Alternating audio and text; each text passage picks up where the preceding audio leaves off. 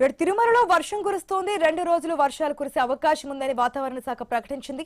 స్వామివారి దర్శనానికి వెళ్లే భక్తులు బయటకు వచ్చేవారు వర్షంలో తడుస్తూ ఉన్నారు. దర్శనం తర్వాత వసతి గృహాలకు వెళ్లేందుకు ఇబ్బందులు పడుతున్నారు.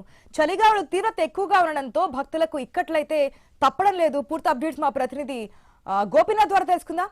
Good morning Gopinath. ఈ రోజు వర్షాలు స్టార్ట్ అయినట్టు తెలుస్తుంది. మరొక 2 రోజుల పాటు కూడా ఈ వర్షాలు పడతాయంటూ కూడా వాతావరణ శాఖ అలర్ట్ చేసింది. అయితే ఒక పక్క చలిగాలలో మరొక పక్క వర్షం. తిరుపతిలో కండిషన్ అంటే భక్తులు ఏమంటున్నారు? ఎటువంటి జాగ్రత్త చర్యలు తీసుకుంటున్నారు అధికారులు?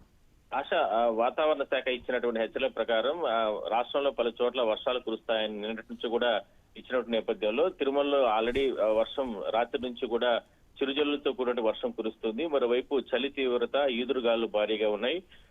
అంటే సంక్రాంతి సెలవులు, అది కాకుండా వీకెండ్ రోజులు కావడంతో నిన్నటి నుంచి కూడా తిరుమలకి పెద్ద ఎత్తున భక్తులు రావడం జరిగింది. చిన్నపిల్లలు, మహిళలు, ఇట్లా పెద్దలు అందరూ కూడా స్వామిని దర్శనం చేసుకుని తిరిగి ప్రయాణం అవ్వాలనుకుంటే ఈ చిరుజల్లులు, ఈ ఈదురుగాలు, చలి తీవ్రత ఎక్కువగా ఉన్న కారణంగా ఈ గదులు, కాటేజీలు దొరకని భక్తులు, అది కాకుండా స్వామివారి దర్శనానికి వెళ్లే సందర్భంలో క్యూ లైన్ లో వేచి ఉండే భక్తులు చలికి తీవ్రంగా ఇబ్బందులు పడుతున్నారు.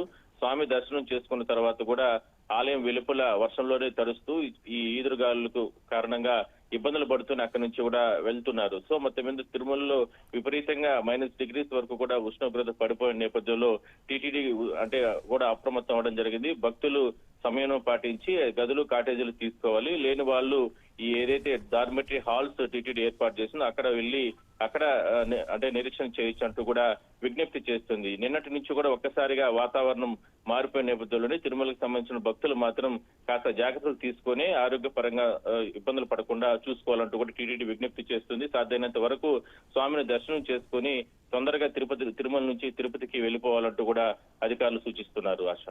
Right Gopinath, thanks for the update.